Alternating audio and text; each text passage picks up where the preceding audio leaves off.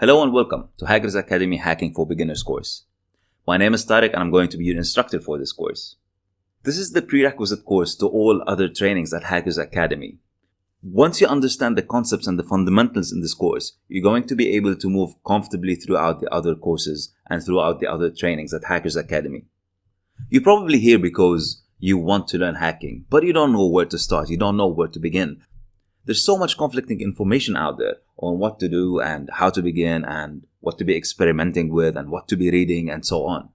So I don't blame you if you're confused, and I also don't blame you if you want to become a hacker. Because our world has been made much better by some brilliant hackers. People like Jobs and Wozniak and Bill Gates, they all started as hackers. And they contributed so much to our world. Imagine if our world today didn't have a Jobs or a Gates or a Wozniak in it. If we didn't have the Apple products or the Microsoft products. These guys started as hackers. So what is a hacker? Did they start by breaking into things and causing havoc and causing damage? This is where we would like to draw a very clear distinction. Because unfortunately, because of the media and what you see in the movies, people have a negative association to the word hacker and hacking. But as a matter of fact, a hacker is simply somebody who has this ferocious curiosity that wants to understand how things work and how things operate, who likes to take things apart and tinker with them and make them better and improve on them. This is what a hacker is. This is how Jobs and Wozniak and Gates started. They just wanted to build things that are better. They wanted to build a better computer. They wanted to build a better operating system. They took what was there. They pulled it apart. They understood exactly how it works and they improved on it. In essence, this is what a hacker is. So if you're someone with this curiosity, if you're someone who wants to understand how things work, who wants to break things apart and who wants to improve upon things, if this is the attitude you're bringing into this course, then brilliant. Because this is exactly what is required for you to become an excellent hacker. And who knows, maybe you're going to be the next Jobs or the next Gates. So let's clarify exactly what do we mean by hacking. And who better to clarify this than one of the most brilliant hackers of our time? Did you know that the founder of Facebook is a hacker? These are some actual quotes that were written by him. And this is what he says. In reality, hacking just means building something quickly or testing the boundaries of what can be done. It's not about causing damage or being malicious or causing havoc. This is the misconception about hacking. He says hacking is also an inherently hands-on and active discipline. Absolutely. You cannot be learning hacking by just reading books and watching videos. Throughout this course, you're going to be experiencing firsthand some hacking tools and how does it feel to break into a remote system. And the hacker culture is also extremely open. It's open to sharing. It's open to giving. And you're going to experience this at the Hackers Academy forums. You're going to see what exactly we mean when we talk about being open. At Facebook, Mark says that we have cultivated a unique culture and management approach that we call the hacker way. They are so proud of being hackers, so proud of making the world a better place, so proud of improving on the way we communicate and in the way that we network, such that they have the hacker way at Facebook. At Hackers Academy, we also have the Hackers Academy way. At Hackers Academy, we highly encourage you to master the basics. We all heard of the saying that says, you cannot build a tall building on weak foundations. This is the foundational course. This is the course that you want to have a solid grip on. You want to be able to understand all these concepts in this course and be comfortable with everything we're talking about and explaining. Once you master these basics, then you can move on. And how do you master these basics? By practicing, and practicing. Mark said that hacking is a hands-on and active discipline. Unless you practice, you're not going to understand the full extent of the concepts that we're going to be sharing with you in this course. Just like any discipline, hacking requires practice. If you want to learn swimming, or if you want to learn driving or flying a plane, you could read 1,000,000 books on these topics, but unless you actually go and practice, you're not going to be able to swim or drive or fly. You could read 1,000,000 books and watch 1,000,000 videos on hacking, but unless you go and practice, you cannot understand the full extent of what we're talking about. Mind you, you have to do this legally always.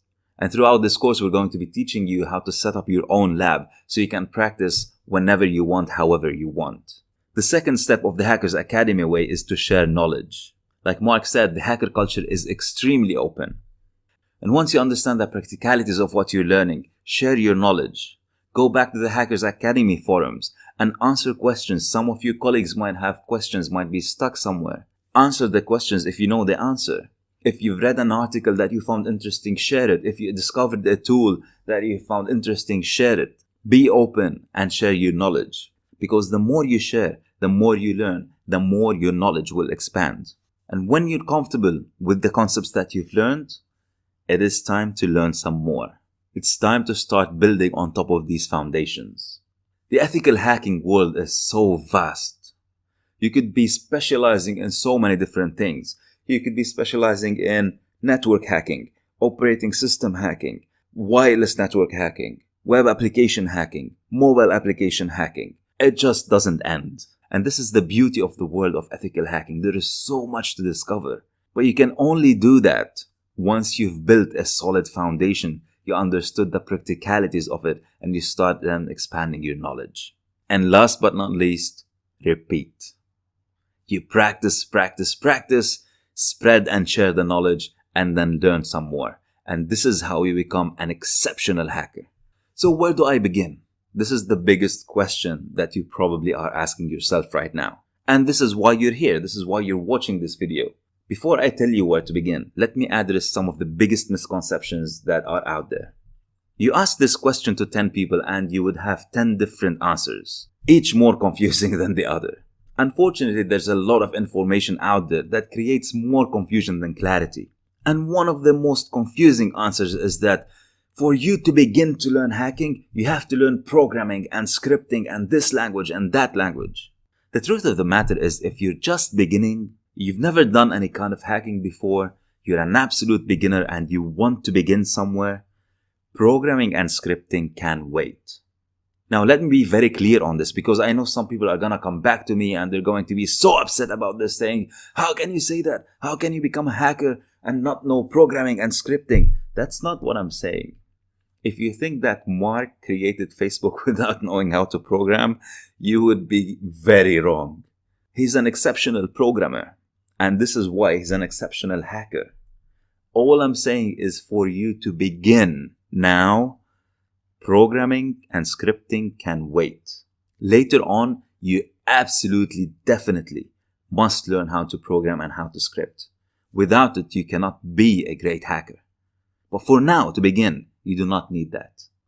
You're going to see that by the end of this course, you'll break into a remote system without writing a single line of code and without reading a single line of code. Once you have the foundations, once you understand all this, then later on, go knock yourself out. Learn as many programming languages as you want and as many scripting languages as you want.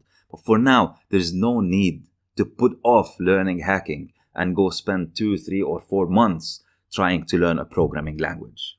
Then you'll have somebody who says, you need to learn how to use these tools and those tools and 100 other tools. As somebody who's new to the world of ethical hacking, you might be thinking that learning as many tools as you can is the way forward. Unfortunately, if you do not understand how these tools work or what do they do and what are they based on, you might be ending up causing more damage. And there's a very good chance that you're not going to get the result that you want out of these tools. You need to understand how tools work and how you can tinker it and sometimes even modify it so you can get what you want out of it. Luckily for us though, as you progress throughout this course, you're going to find out that most of the hacking tools fall under a very limited number of categories. So for example, you are going to discover that some tools fall under the category of port scanning, vulnerability scanning, online password attacks, offline password cracking, and so on. There might be dozens of tools under each category, but the important thing to get out of this is that you understand exactly what each category means. So when we're talking about port scanning, for example, what is port scanning and how does it work? Then you can move on to picking and choosing the tool that you prefer over the other tools. By the way, if you don't know what port scanning is, don't worry, you're going to be discovering this later on. Then you'll have some people that say, you cannot become a hacker unless you learn this operating system or that operating system. If you don't know Linux, you're not a hacker. If you don't know Unix, you're not a hacker. Well, Again, guys, remember here we're talking about beginning, where to begin. This is the first step into the world of ethical hacking. And I want to keep it as simplified as possible for you. Yes, later on you definitely must learn Linux and Unix. If you're taking this as a step into a career of ethical hacking, there's a very good chance that later on when you're doing security assessments, you are going to come across targets that are Linux and Unix based. And if you don't know your way around these operating systems, even if you break into that system, your security assessment will come to a stop and you wouldn't be able to progress any further if you're not comfortable with these operating systems. For now though, we want to keep things simple. So from your Windows machine, you're going to be doing everything in this course. You're going to be installing all the tools and breaking into a remote system without having the need to learn any Linux commands. By the way, the target that we have set up for you is a Linux box, so you are going to be compromising a Linux machine. We'll be teaching you very few commands that you're going to be needing, but that's about it. If you want to explore Linux later on, we have a complete course for you. You'd also have some opinionated people that say, you have to read these books and those books, and without these books you cannot even begin to learn hacking. I admit, very proudly, that I am a bookworm. I love reading and consuming books. When I was doing my master's thesis, I probably read around 25 to 30 books in the span of 3 months, and I still consume books ferociously. I love to read. Having said that, remember that we said hacking is a hands-on and active discipline. And what we aim to do with this course is to get you diving into the practice exercises as soon as possible. Reading books is all good and well, but unless you practice, there is no moving forward. Then you'll have some groups that will say, for you to become a hacker, you have to fight authority and fight the mainstream. I'm not going to dwell too much on this. If this is why you're here, you're in the wrong place. We at Hackers Academy do not advocate this. As a matter of fact, we strongly oppose this. You're watching this video because you're probably a student at school or university and you're wanting to expand your knowledge, or you're a professional with a job who's looking to expand his skill set. Either way, fighting authority and fighting the mainstream is going to get you in trouble and is unethical. At Hackers Academy, we aim to be the best ethical hackers that we can be. So, having said all that, how do you approach this course? You'll notice that this course is divided into easy to digest bite sizes, small easy to follow sections. Make sure you understand every section before you move on, because the new sections build up on the previous ones. And unless you fully and completely understand the previous sections, you might find it difficult moving forward. To help you fully understand these sections, we've included missions or practical exercises at the end of every section. Make sure you complete these missions. Once you complete them, record your success. Take notes, take screenshots, write a small report. Whatever you do, make sure that you record your success because there's a very valuable prize waiting for you. I'm going to give you a small hint on what it is. We at Hackers Academy believe in rewarding excellent students that work hard. We do not believe that an excellent student who excelled at a course should be paying the same amount for the next course as the average student. So does that give you a small idea of what to expect? Good. So make sure you record your success. Send it to us by the end of every section or by the end of the course. We're going to review it and go over it. And based on how well you performed, you are going to be getting a valuable prize moving into the next course. Now, I know some of you talking about missions and exercises are a little bit concerned, thinking, what if I got stuck? Here's what you do if you get stuck. Replay the section video at least 2 to 3 times. There are some times when the core concept of the video would be hanging on a small sentence or a small paragraph that you might have missed for one reason or another. Maybe I'm talking too fast, maybe it's my accent, whatever it is. If you missed it, double check, make sure that you rewind the video, play it a couple of times, just to make sure that you went through the whole material. If that does not help, do a bit of online search. Start getting used to finding answers on your own. Be curious, do some research, look around, ask some questions. If that does not help, if you still don't find an answer, come and ask us on the Hackers Academy forum. It is one of the friendliest forums out there. All we ask for you to do is that when you ask your question, make it clear that you've done your homework. If you got stuck, do not give up in 2 seconds and jump on the forum and ask the question. Show us that you've done a bit of research, that you've done a little bit of homework. In your question, tell us that you've looked into this, you've looked into that, and that still doesn't help. So now you're on the Hackers Academy forum asking your question, and we'd be more than happy to answer it. If you still do not get an answer on the forum, which is very highly unlikely, drop your teacher an email. For this course, I'm your instructor, obviously. So drop me an email and I would be more than happy to answer. In other courses, you might have one or more than one teacher. Send them an email and I assure you they would be more than happy to get back to you. So here's what we're going to be learning in this course. First and foremost, we'll be talking about what the internet is and how does it work. It might sound trivial to you now, but believe me, there's more to it than what you think. Then we're going to be talking about internet protocols, what they are, how they work, and we move into services and ports. By the way, if all of this sounds Greek to you now and you don't understand what this is, don't worry. I do not expect you to know what this is. As a matter of fact, if you know what all this is, you probably shouldn't be taking this course and you can move on to the more advanced courses. Then we'll move into the 4 basic elements that you need to hack into any remote system. We'll dissect these elements, we'll talk about what they are and how you can get each and every one of them so you can execute a successful hack. Then we'll roll our sleeves and get down and dirty into packets. You are going to see how packets travel from your machine to the remote machine and dissect them and look into each and every packet. Now we're going to be talking about other common protocols that we see on the internet and how we can use them to our advantage. The following section is the one where we get our hands on our first hacking tool. We're going to be doing some port scanning, then moving to another hacking tool, doing a vulnerability scan, finding out the vulnerabilities that we're going to exploit, and last but not least, we're going to be taking advantage of these vulnerabilities, exploiting them, and gaining full remote access over our target system. So without any further delay, let's get started. Hey guys, my name is Tariq and I'm your instructor for this course. It's 6:30 in the morning here and I decided to shoot this quick video just to say welcome to Hackers Academy and thank you for joining our courses. We're really thrilled to have you be part of our Hackers Academy family. And I wanted to share with you a quick tip on how Udemy rates courses in general. You'll notice that very soon you are going to get a pop-up message from Udemy asking you to give a rating for this course. And you might think, well, it's a little bit too early to be rating this course. We just went through the introduction and that was it. And I completely agree with you. Now, if you think the course is already worth 5 stars, then by all means, feel free to go ahead and give us 5 stars.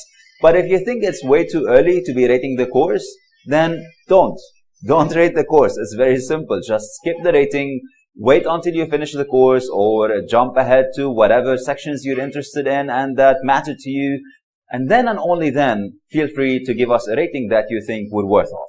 Now, if you think the course is worth the 5 stars, then by all means, please give us the 5 stars. The only thing that is keeping us on Udemy is your ratings and your feedback. We really don't make much money out of Udemy. You might have noticed that a lot of the courses are absolutely free or are relatively cheap. And if after that you still think the course is not worth the 5 stars, then give whatever rating you're comfortable with. But we only ask you to please give us some constructive feedback. Let us know what you liked, let us know what you did not like, so we can make our courses even better in the future. So that's it from me. Again, welcome to our Hackers Academy family, and I really hope you enjoy our courses. All the best. It goes without saying that for you to be able to hack computers remotely over the internet, you need to have a good understanding of what the internet is and how does it work. A lot of people think that they know what the internet is, and if you go and ask anybody, somebody of your friends, your parents, your siblings, do you know what the internet is? Chances are they're gonna laugh back at you and they're gonna go, yeah, of course we know what the internet is. So, at the risk of sounding a little bit silly, I'm gonna ask you this. Do you know what the internet is? And how does it work? This is what this section is about. It's about understanding what the components of the internet are. So let's start by defining what the internet is. To put very simply, it's a global network of connected computers. So it quite literally is a whole bunch of computers all around the world that are connected to each other.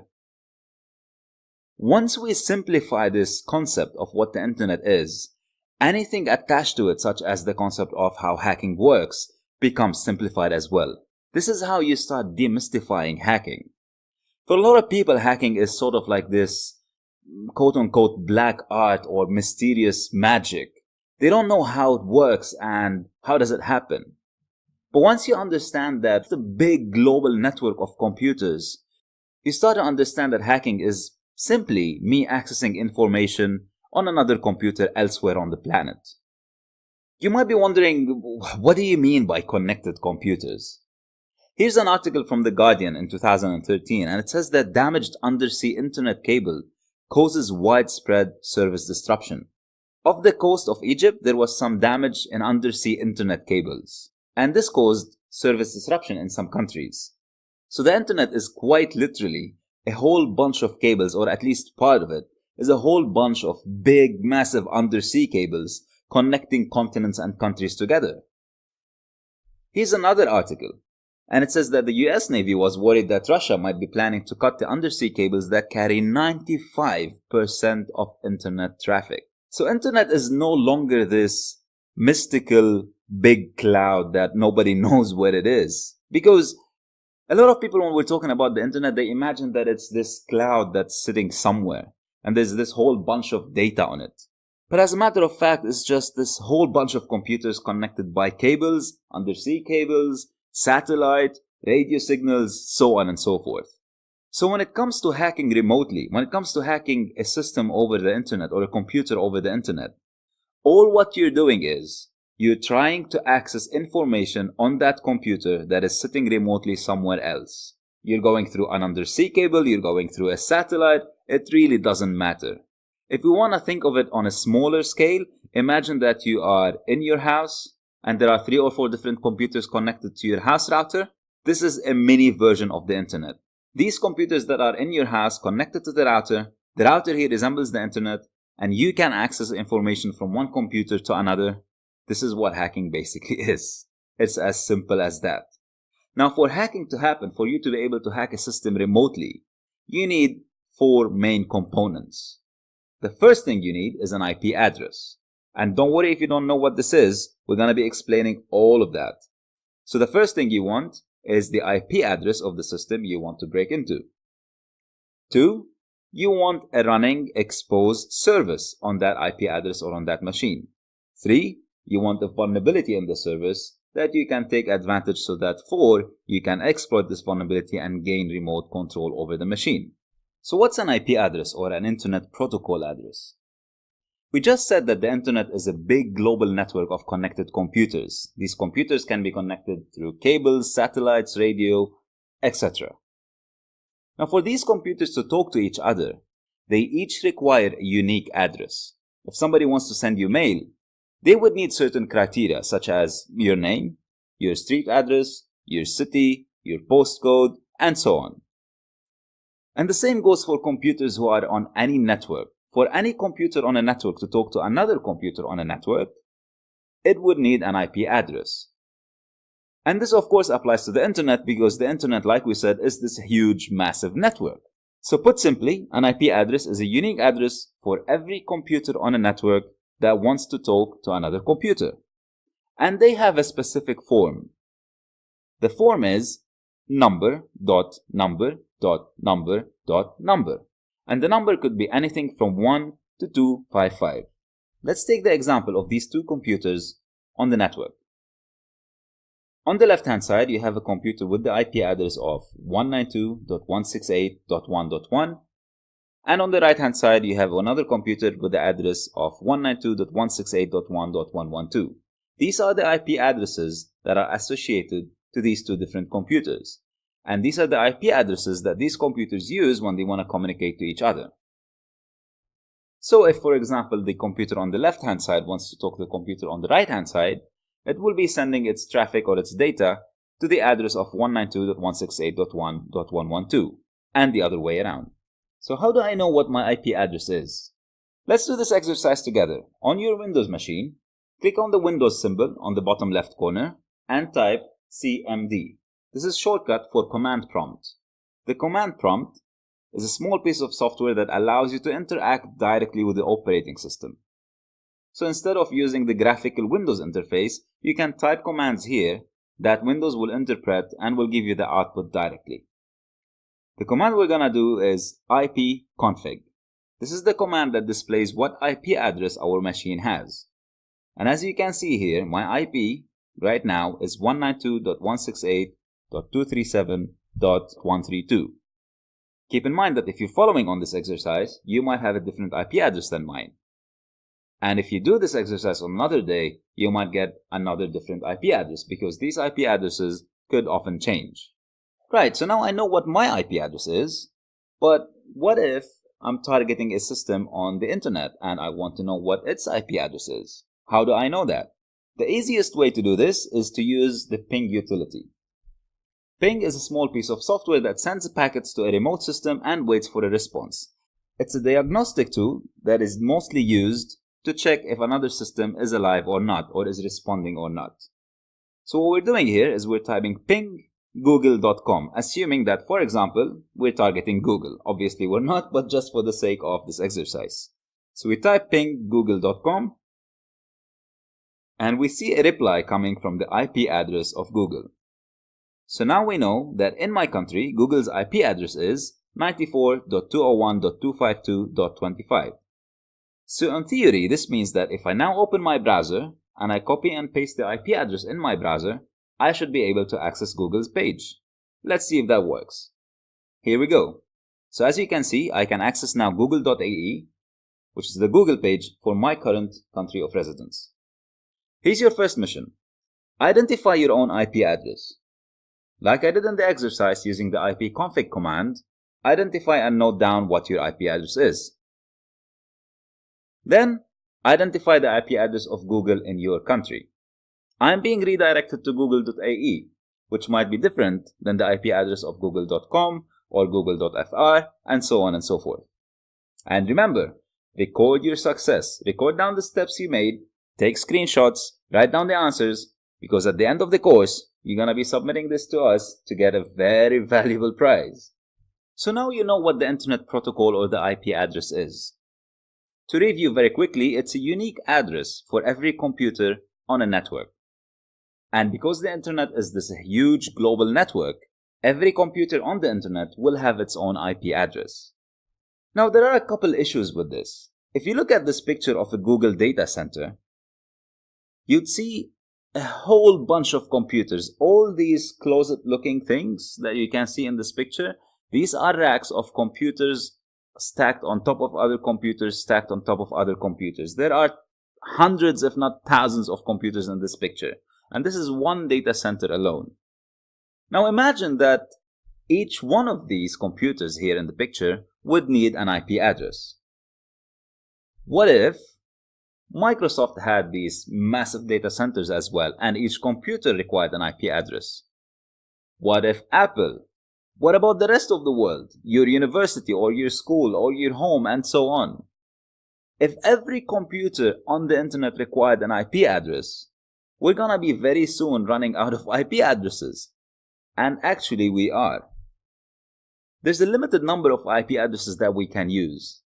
Roughly it's 4.3 billion. And right now we're actually running out of IP addresses. And the other question is, what if we don't want our IP to be public? Google has a public IP address that we discovered together because Google wants everybody to be able to access their website. What if I have my computer on my home network and I don't want it to be publicly available to everybody to access? This is when we use IP addresses that are not made public, i.e. private IP addresses. So a public IP address is any IP address that is directly accessible on the internet. For example, hackersacademy.com would have a public IP address, such as Google, such as Yahoo, such as Microsoft.com, and so on. A private IP address, on the other hand, is not accessible from the internet. So for example, right now, if you're connected to a school network or your home network, your computer would have an IP address that would not be accessible directly on the internet. So if you're connected to a private network right now, your computer would have one IP address from the following pools. These are the pools reserved for private IP addresses. If you want your computer to have an IP address that is not accessible on the internet, your computer would have an IP address that is picked from one of these three different pools. anything from 192.168.00 to 192.168.255 to 255, which is a little bit over 65,000 IP addresses that you can choose from, or the second batch, which is a little bit over 1 million IP addresses that you can choose from, or the third batch, which is a little bit over 16 million IP addresses that you can choose from. So my IP address, for example, as you saw earlier, is from the first pool of 192.168.x.y. So if we want to take a very high-level bird's eye view of how IP addresses are assigned, let's have a look at this diagram. The globe symbol in the middle resembles the internet, and these 5 devices around it resemble public IP addresses that are connected directly to the internet. So for example, one would be google.com, the other would be Microsoft, Yahoo, Apple, and hackersacademy.com. These are 5 different websites with 5 different public IP addresses that are particularly assigned to them and unique to them. On the outermost circle are the private IP addresses of everybody's home, office, and school network. So all these desktops and laptops and even mobile phones that are not directly connected to the internet would have a private IP address. Right now, other than your desktop or other than your laptop, if your mobile is connected to your wireless router at home, your mobile would have an IP address assigned to it. So here's what I'd like you to do. I'd like you to identify at least one other private IP address on your network. The easiest way to do this is if you find what your IP address is and try to increment or decrement by 1. So if, for example, my IP address is 192.168.1.10, I would try to ping 192.168.1.11 or .1.9. Another way to do this is to start from .0 and increment it 1 by 1 until I discover another IP address. So go ahead and try and do that and see how many IP addresses you can discover. And remember to record your success.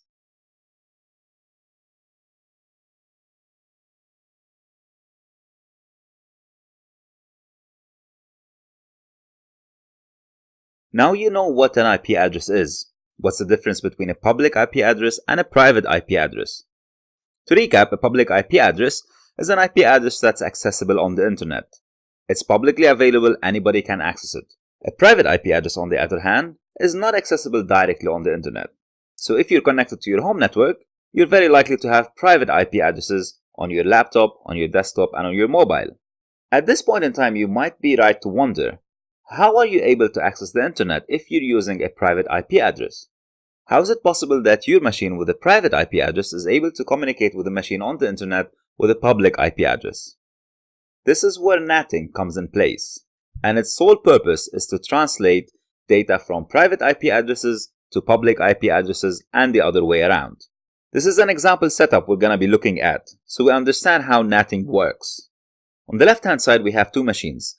Let's assume you're at home, you have 2 laptops connected to your wireless router. So the first one has the IP address of 192.168.1.111, and the second one is 192.168.1.112. These 2 laptops at home have private IP addresses. Both these machines are connected to your wireless router. If these 2 machines need to talk to each other, it's very straightforward and simple. All they have to do is redirect the traffic through the router and talk to each other. As a matter of fact, the router doesn't need to even be there. If you plug in these 2 machines directly through a network cable, they would still be able to talk to each other. So if you right now go grab a network cable, plug it into one laptop, and then plug it in another laptop, you just created a network, and these 2 laptops can talk to each other, provided that they have IP addresses within the same range, such as the ones in our example. The wireless router, though, makes it much easier for this to happen. So instead of plugging cables all across your living room, all you have to do is connect your devices, your laptop, your desktop, your mobile, to the wireless router, and it just redirects the traffic wherever it needs to go. So the router, in this case, will see traffic coming from 192.168.1.112, and it will see that it is destined to 192.168.1.111, and all it does is that it redirects it from the source to the destination. The device in the middle, this represents your wireless router. You can see that on one hand, on the left hand side, you can see that there's an IP address of an interface of 192.168.1.1. So if you grab your wireless router right now, you're gonna see that there are different ports, different places where you can plug in a network cable. If you plug in a network cable in one of these ports, you will get assigned one IP address. If you plug in the network cable in another port, you get assigned another IP address, so on and so forth. So your router would actually have an IP address of its own, meaning that if the device at 192.168.1.112 wants to talk to the neighboring device of 192.168.1.111, the data will have to flow through the router at 192.168.1.1. So the path that the data will take is computer A, router interface, then computer B. This is networking in its simplest form. Two devices on the same network talking to each other. We're going to be showing you a video, an animated video in a moment, so you get a better understanding of this. Now the question is, what happens if one of these two machines want to talk to a server on the internet with a public IP address? You might have noticed by now that the router has two interfaces with two different IP addresses. So on the left hand side it has the 192.168.1.1. On the right hand side it has the 20.30.40.50, and this is a public IP address. So for example, if the machine on the left hand side at 192.168.1.112 wants to talk to a public IP address, in our case 8.8.8.8, the traffic will go first to the internal interface of the router with the IP address of 192.168.1.1, and then the router will have the job of translating this in such a way that it will be understood and routed to a public IP address. So internally what will happen is the router will take the data from 192.168.1.1 port and translate it to the other port at 20.30.40.50. And at that point in time, the data will be attached to a public IP address, making it possible for other devices on the internet to see it and communicate with it. And when the data is being sent back from the internet, it will reach the interface, the public interface at 20.30.40.50. The router will take this data, translate it to an internal IP address, and then forward it on to the destination. Perhaps a video will make it easier to visualize this. Let's have a look. So in our first scenario, our internal computers want to talk to each other. Both computers are at home with private IP addresses. 192.168.1.112 wants to talk to 192.168.1.111, and all it has to do is send the data to the router that will in turn forward it to the other machine. What if our internal machine now wants to talk to a public machine? The data will go through the router to the first interface at 192.168.1.1, then to the second interface, which has a public IP, all the way out to the internet, and then the other way around coming back in. Let's verify this. Let's have a look at what path our data is actually taking. To do this, let's go back to the command prompt and type ipconfig. This will show our IP address, and it will show us also the default gateway. The default gateway will be the IP address of the router's interface that does the NATing for us. There's another command that we can use in Windows called traceroute. And what this command does is, as the name suggests, it traces the route that our traffic takes to reach a destination. What we're doing now is we're doing a traceroute to hackersacademy.com to see the path that our packets are following. And as you can see, the very first hop that our data takes is the 192.168.237.2 IP address. In this case, this is the IP address of my router, which confirms what we have been talking about. For my machine on my internal network to be able to talk to hackersacademy.com, which is a public domain, the data will have to flow from my machine to the router that does the NATing and then gets sent to the internet. So here is your mission for this section. Go ahead and do a traceroute from your machine to Google and identify the IP address of your gateway. There's a very good chance that if you're on a wireless network at home, this is going to be the IP address of your wireless router. See if you can access this IP address and what you can discover on it. And remember to always record your success. Let's add one more piece to the puzzle of the internet. We already mentioned that IP addresses are a big part of the internet. This is the unique address for every machine that's publicly available on the internet that we want to talk to. However, obviously, it's really difficult to memorize IP addresses for every single website. Imagine that all the websites that you know by heart, instead of knowing the names of these websites, you have to memorize their IP addresses. And you'll have to type an IP address in your browser every time you wanted to open one of these websites. It's gonna be a major pain in the neck. A much easier way would be to memorize the names of these websites. Now, the challenge here is that computers need IP addresses to communicate. So how would my computer know the IP address of Google when I type in google.com in my browser?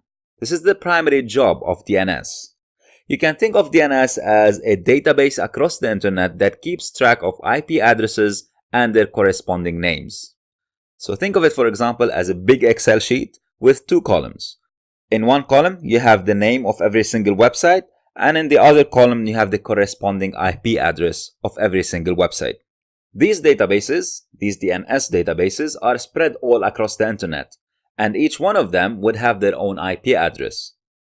One of the most famous ones, for example, is the Google DNS database, which has the IP address of 8.8.8.8. So if you go right now and ping 8.8.8.8, you will get a response from it. If you trace route to it, you will get a response from it. So when I open my browser and I type google.com, what happens is that my machine will send a request to Google's DNS and ask it, where is google.com? The Google DNS will reply with the IP address. Then my machine will communicate with the IP address of the google.com web server. The web server will hand me back the google.com website. So how do I know what DNS server am I using? Go back to the command prompt and type ipconfig/all. And one of the fields, you'll see the DNS server IP address. Right now, this is the IP address of the DNS server that my machine will talk to whenever it wants to find the IP address of a website that I'm trying to visit. So in essence, that means if I change my DNS to a different IP address, my machine will not be able to find the information it's trying to fetch. It will try to communicate to a different server which wouldn't have the DNS database in it, which means I wouldn't be able to access websites on the internet. Let's verify this and see how it works. On the bottom right corner on your Windows machine, open the Network and Internet settings.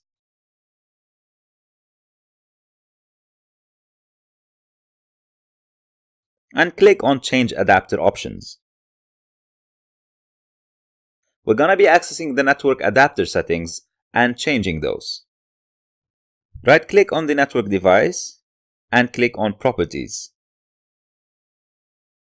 Scroll down to find the Internet Protocol version 4 and click on Properties. Currently, I have a setting that requires my machine to automatically find an appropriate DNS server. If I change that to a different IP address, let's say 111.111.111.111, and I save this change, this is now going to redirect my machine to a different DNS server.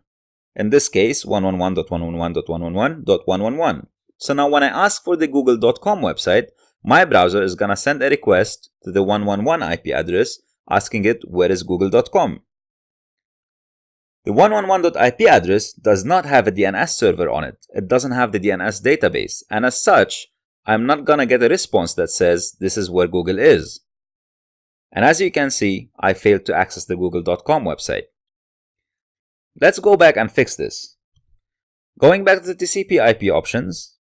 And by the way, don't worry about what TCP/IP is. We're going to be explaining this later on in the course.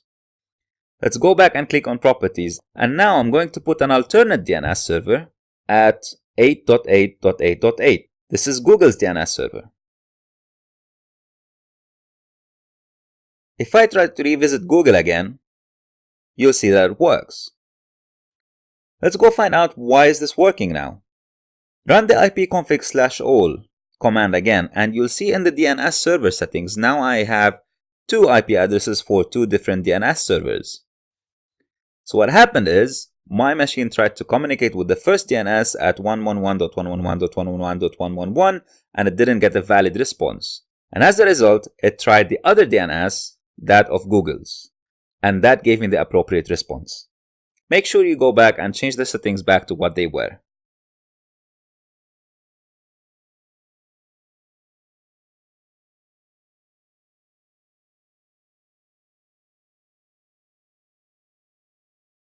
Here's your mission for this section.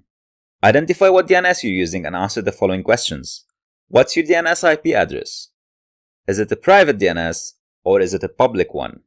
This is the final piece that completes the big picture of what the internet is and how does it work. What are servers exactly and what do they do? We mentioned DNS servers, we mentioned web servers. To put it very simply, a server is a dedicated computer that usually is more powerful and provides some kind of service. So for example, the DNS server that has the DNS database serves information from the database to whoever asks for it.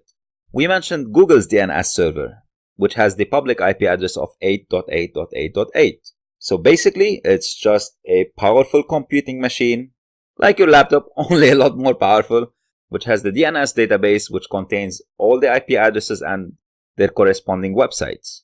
Whenever somebody wants this information, like we did in our previous video, we ask the DNS server to serve us the IP address of the google.com website. And what that server did is it served us that information. This is why we call it a server. A web server is another example. So a web server would have a website and it would serve you pages whenever you ask for it. So if you go to hackersacademy.com, our web server will hand you out the page that you ask for, the training page, the About Us page, and so on. It will be serving you these pages. This is why they're called servers. I'm going to show you quickly how a server is set up. On my current machine, I'm going to set up a web server now. This is my IP address 192.168.237.132. If I open my browser and I go to my IP address, I get an error saying web page is not available. There are currently no web pages available to be served on my own machine. So my machine does not currently have a server functionality running. Let's change this. Go to Control Panel, and I like to change the view to the smaller icons.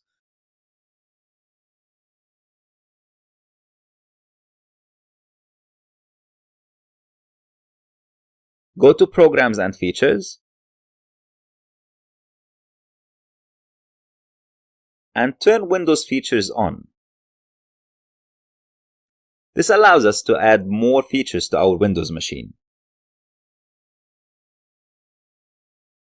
I'm going to scroll down and find the Internet Information Services. This will help me publish a World Wide Web service. So it will help me publish on my machine web services, which basically is fancy talk for I'm going to publish a website on my own laptop. So I'm going to click that and turn it on and wait for the changes to apply. By doing that, I just switched on a web serving functionality on my own laptop. And as soon as the changes are finished, I'm going to go back to my browser and I'm going to refresh the page. And now as you can see, my laptop is serving a website. So practically what I've done is I turned my own laptop to a web server. It is now a machine that is serving websites to anybody who can access the IP address of my machine. Here's your mission for this section. I'd like you to retrace the steps you saw in this video and this time turn on the FTP server. If you don't know what an FTP server is, go and figure out. And I'd like you to figure out how you connect to the FTP server. Once you've successfully completed that, make sure that you turn them back off again and set the computer back to its default state. We don't want any additional services to be running on our machine for a very good reason. We're gonna find out later why. Let's revisit one of the first slides that we started with on this course. We mentioned that for you to be able to hack remotely, you would need 4 different components. You will need the IP address of the machine you're targeting, exposed remote service running on that machine you're targeting, vulnerabilities in that service, and an exploit to be able to take advantage of that vulnerability. In the previous section, we covered what the internet is and why IP addresses are needed, what they are, what's the difference between a public IP and a private IP, how DNS helps us translate domain names or URLs to IP addresses, what servers are, for example, what a web server is or what a DNS server is, and how each server has an IP address assigned to it. We learned how to discover the IP address of the machine we're targeting. Together, we discovered the IP address of Google in your country and the IP address of hackersacademy.com. So now that we know what an IP address is and how do we discover the IP address, it is time to move on to the next stage. In this section, we're going to be covering services, what they are, how do we find them, and how do we find information about them. So what are services and what are ports? We talked earlier about web servers. We went through an exercise where we set up our own laptops to become web servers. We switched on, if you remember, some features on our Windows machine, the World Wide Web Publishing service, and that transformed my laptop to a web server. So I had a website being hosted on my own laptop. When that happened, my laptop became a web server. So for the context of this course, consider the service is what runs on the server. So for example, when my laptop became a web server, because I was serving a website on it, on my laptop there was a web service running. It was switched on and it was running, waiting for somebody to connect to it. Here's an example that will make it a little bit easier to understand. Think of services as mobile applications. Right now on your mobile device, there's a number of applications, such as your camera application, your social applications, your calendar applications, and so on. Some of these applications will require access to the internet, whereas some of the other applications will not. So if you have an Android phone, for example, and you try to install a new application, it will come up with a list of permissions that the application requires from you. Sometimes, or more often than not actually, one of these permissions is access to the Wi-Fi or to the internet. Because a lot of these applications would want to connect back to the internet to retrieve data and updates and so on. There are other applications though that do not require access to the internet. So for example, it's very rare for you to be updating your camera application. Although it's an application running on your mobile that you use to take photos and videos, it's very rare that you would go online and update the camera application alone separately. So although these applications or quote-unquote services are running on your mobile, some of them would be connecting to the internet and some wouldn't. The same applies to any computing machine or any server. When I transformed my laptop into a web server, the web server service would allow it to connect to the internet or would allow people from the internet to connect to it. There are other services, however, that would not require connection to the internet but need to be running for certain operations on your machine.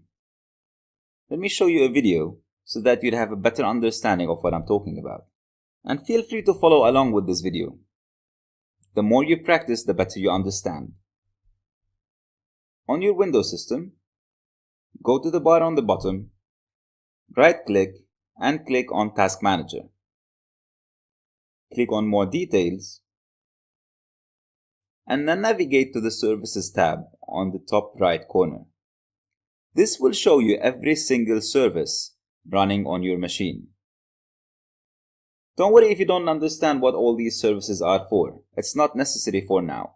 Some of them are very easy to understand, such as the Windows Firewall, for example, or your antivirus that's running. So here's what we're gonna do. We're gonna try to start and stop some of these services and see what happens. Let's go to the control panel and reinstall the World Wide Web service.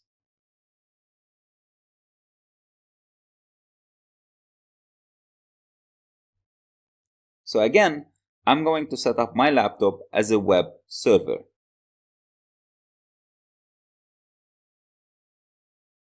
I scroll down to the Internet Information Services and I reinstall it. We'll give it a second, and when it's done, I go to my browser and I refresh my home page. And you see that now I have a website running on my machine. So in that context, my laptop right now is a server with a web service running on it. Let's try and find the exact name of this service. I regroup the services to filter out the running ones, and here it is, World Wide Web Publishing Service. This is the service running behind the website. This is what makes it possible for me to access a website. Let's see what happens if I stop this service. Go down and click on Open Services, regroup the services by name, and scroll down to find the World Wide Web Publishing Service. We can see in the status here that it's running. I'm going to right-click on it and stop it. So right now, I stopped the service behind the web server. I'm going to go back to my browser and I will try to refresh the page. And as you can see, I failed to load the page because the web service behind the web server is not running. I'll go back, right-click and start it again and refresh the page, and here you go, it's running again. So now we know what a server is and what a service behind the server is. Obviously, like your mobile has so many different applications, a server can also run multiple services. We've seen how many services were running on my machine. So for example, a server could be serving you websites and emails at the same time. Now the question is, how would a server know how to direct incoming and outgoing communication? So for example, if a server is receiving web communication, somebody is asking it for a website, how would it know that this is website traffic? And where would it direct to, as opposed to, say, for example, email traffic? This is where service ports come in place. Each service has an assigned port that accepts communication meant for that service. Think of a port as a doorway. And for that port to accept communication, it needs to be open. Again, such as a doorway. If it's blocked, it would not be able to accept any communication. So each service would have an assigned port for it, ready to accept communication as long as the port is open. These ports would have numbers, and a lot of these numbers are standardized around the world. So for example, if I'm going to be talking to a web service, there's a very good chance that I'm going to be talking to a port with the port number 80. If I'm going to be talking to a mail service or an email service, there's a very good chance that I'm going to be talking to a port number 25. So if you open your browser right now and type hackersacademy.com, you're going to be able to access the Hackers Academy website. Try, however, to type hackersacademy.com:8080, which is the stand port number for web. You'll see that you will get the same result. Why? Because your web browser will direct the traffic to port 80 anyway. So imagine here that you're talking to the Hackers Academy server. And at Hackers Academy, we provide two services for you. We have the website and we have the email. Whenever you're trying to retrieve information from our website, you are going to be communicating with port 80 on hackersacademy.com. Whenever you're sending or receiving emails, however, you are going to be communicating with port number 25 on hackersacademy.com. So here's your mission for this section. I'd like you to find out how many port numbers exist. What's the total number of ports out there? hackthisite.org has 3 services running on 3 different ports. Port number 22, port number 80, and port number 443. Don't worry for now again what TCP is. We're going to be explaining that later on. For now though, I'd like you to determine what these services are. What is the service running behind port number 22? What is the service running behind port 80? And what is the service running behind 443? We've already discussed what runs on port 80. So find out what the other 2 services are for. I hope you've been enjoying the course so far. It's essential that you follow the steps that we recommended in the beginning of the course. If there's anything you're stuck at or you do not understand, please make sure that you review the video a couple times, go do some research on your own, ask on the Hackers Academy forum, and if all that doesn't work, drop us an email. Send me an email personally and I will make sure to respond.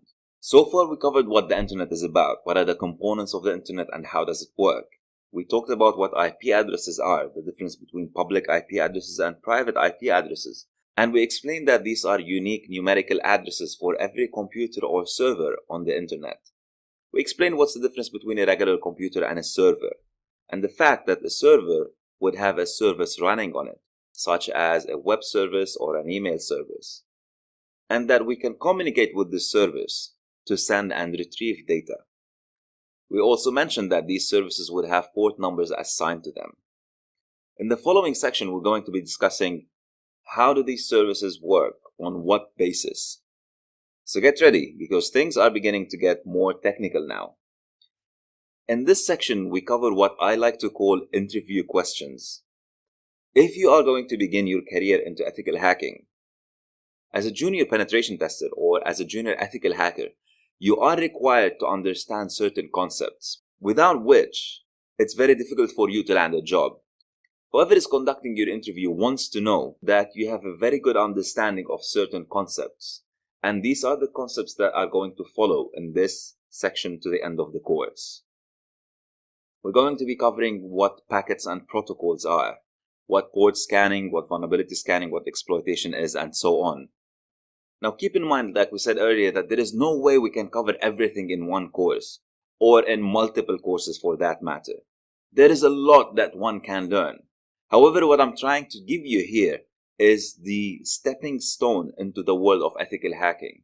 So once you know what a packet is and how does it look like, and what a protocol is and how does it look like, instead of me trying to teach you about every single protocol that's out there, which is an impossible task to do, what I would invite you to do is that you would go and study about all the common protocols.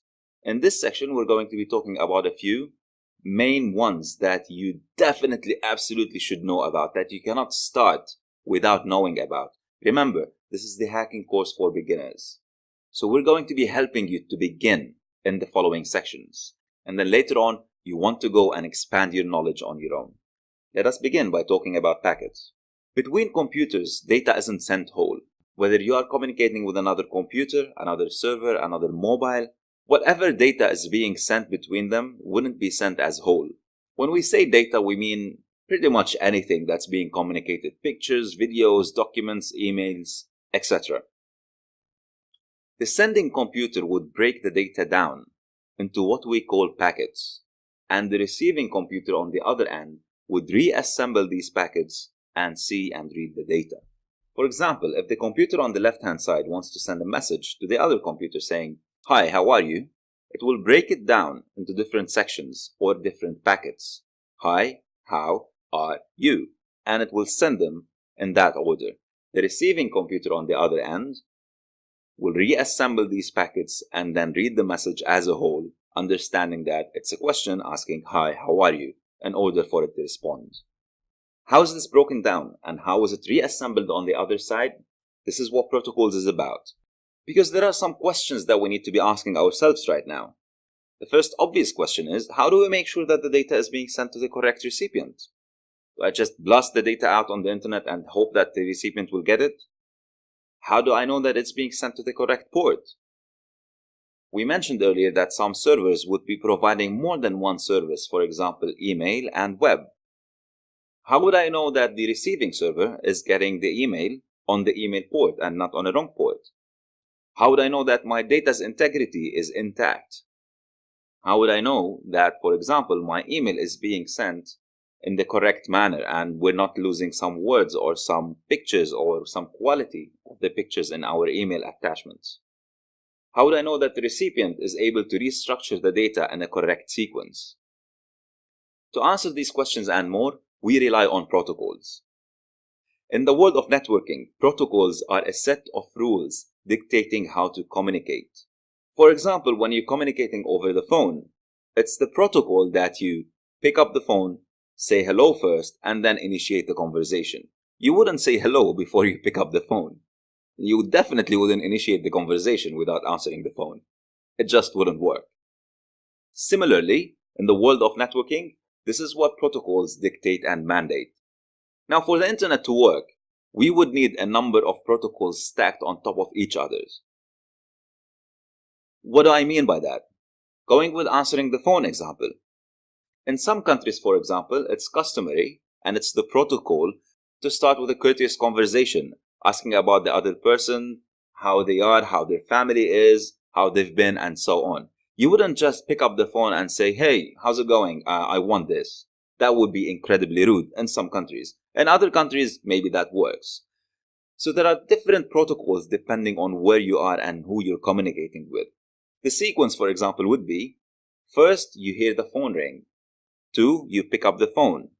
3, you would answer the phone saying hi. 4, the other person would respond by asking a number of questions. How are you? How you been? How's the family? And so on. And then 5, the communication channel is open to exchange any kind of communication.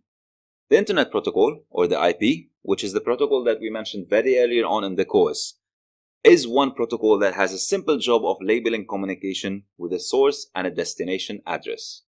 We've seen what IP addresses look like. These numbers have the only purpose of taking care of the recipient and the sender.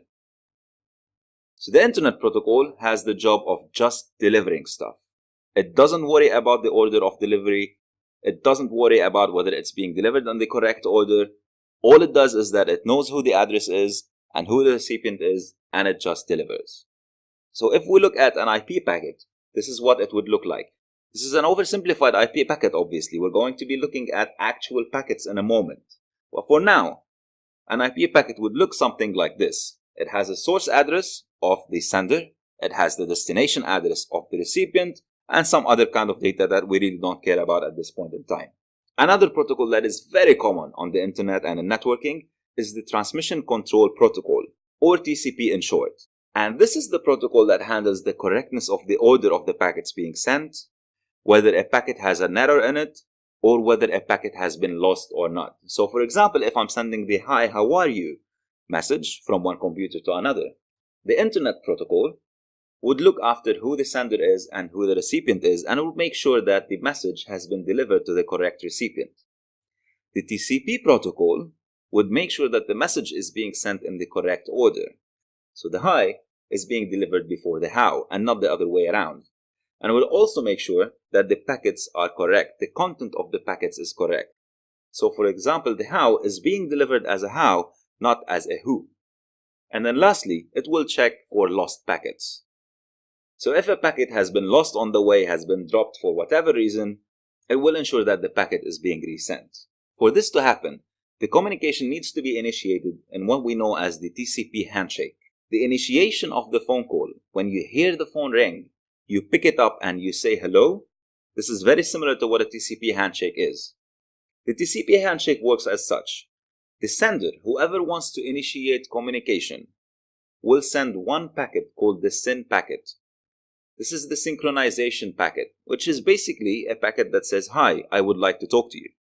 The recipient, on the other end, will respond with a SYN ACK packet, which is an acknowledgement of the synchronization message. It's similar to a response saying, "Yes, I hear you. Let's talk." And then the initiating end will send one more packet, which is the acknowledgement packet saying, "I acknowledge that you can hear me. Now we can start the communication." So when it comes to phone conversations, it's similar to you hearing the phone ring. This is the SYN packet. Somebody is asking to talk to you. You pick up the phone and you say, "Hi." This is you acknowledging that you heard the phone ring and you answered it. You're ready to talk. And then the other end would respond by saying, "Hey." This is them acknowledging that they can hear you too on the phone, and then the communication can begin. And here's what a TCP packet would look like. It's a little bit more complicated than the IP packet. All the IP packet had was a source address and a destination address. The TCP packet, on the other hand, has more information. It has the source port and the destination port. So if I'm talking to a web server, we mentioned earlier that it's very likely I'm going to be talking to port 80, which is the standard port for web. So I would know that in my TCP packet, the destination port would be 80. The source port, however, would be something special to me, which is the port where my data is leaving from. It doesn't have to be port 80, it could be any port. The third field that you see here is the flags. What we mentioned earlier in the TCP handshake, the SYN, SYN-ACK, and ACK, these are called flags. And you can see these on the TCP packets. And then there's a whole bunch of other stuff that we don't care much about at this point in time. So remember when we mentioned that for the internet to work, we would need multiple protocols stacked on top of each other? This is what a TCP IP packet would look like. If you are in the world of networking or IT, you would have heard the term TCP IP so many times. And if you get into the world of ethical hacking, or IT for that matter, you cannot go one day without talking or hearing about TCP IP. TCP IP is short for TCP over IP, and it basically is a packet of TCP stacked on the packet of IP. So in this example, we have a packet of IP taking care of the source address and the destination address. I'm communicating to a web server, so I know that I am the source address and the destination address would be, in that case, let's say hackersacademy.com. The IP packet's job is done. On top of it, I would know that I'm communicating from X port to port 80 on the Hackers Academy server. And if I'm initiating the conversation, the flag on the TCP packet would be the SYN packet. So what is the web traffic exactly? There is the IP packet taking care of the source address and the destination address. There's the TCP packet taking care of the data sequence, the error correction, and the drop packets. But what is the web data? The web data is in a third protocol called the Hypertext Transfer Protocol, the HTTP. HTTP is the basis of data communication on the internet, on the World Wide Web. This is how we transfer graphics, video, audio, text, and links. And it works similar to TCP. So for example, if I'm trying to retrieve the logo from hackersacademy.com, I would send what we know as the GET request, an HTTP GET request. I will ask the server to give me the logo. The message that I would send would tell the server that I want to get the logo. The server would respond with an acknowledgement message saying, I acknowledge your request, and then the server will send another message saying, here's the logo. So now an HTTP request would look something like this. You have the IP with the source address and destination address, my source address and the destination address of hackersacademy.com. You have the TCP taking care of the correctness and the sequence of the data and so on, with the source port from my machine to the destination port of 80 on the Hackers Academy. You would also have the flags of the TCP packet depending on which part of the communication we're on. And then you would have the HTTP stuff that we just mentioned. For example, the logo from hackersacademy.com website. Alright, so enough theory. Let's have a look at what packets actually look like. Download the packet capture file and open it using Wireshark. I've pre-captured some packets for you that I'm going to walk you through. So now you can see what a TCP packet looks like, what an IP packet looks like, and how the HTTP communication looks like. If you have correctly installed Wireshark, all you have to do is, after you download the packet capture file, double-click on it and it will open automatically in Wireshark. There are a total of 7 packets in this capture, and we're going to walk through them one by one. First, let's talk about the interface of Wireshark. On the left-hand side, you have the sequence of the packets. So you can see that this is the first packet where the communication capture started, and this is the last one, number 7, where I stopped the capture. This is the time where the packets were captured. You have the source IP address and the destination IP address. You have the protocol of the packet captured, the length of the packet, and some more information. So let's click on the first packet and expand it. Skipping to the third field, you can see that this is an Internet Protocol version 4 packet. So this is an IP packet with the source IP address of 10.10.192.92. This is my machine's IP address. And the destination is 94.201.252.25. This is the IP address of Google. This is the Transmission Control Protocol field, or the TCP field.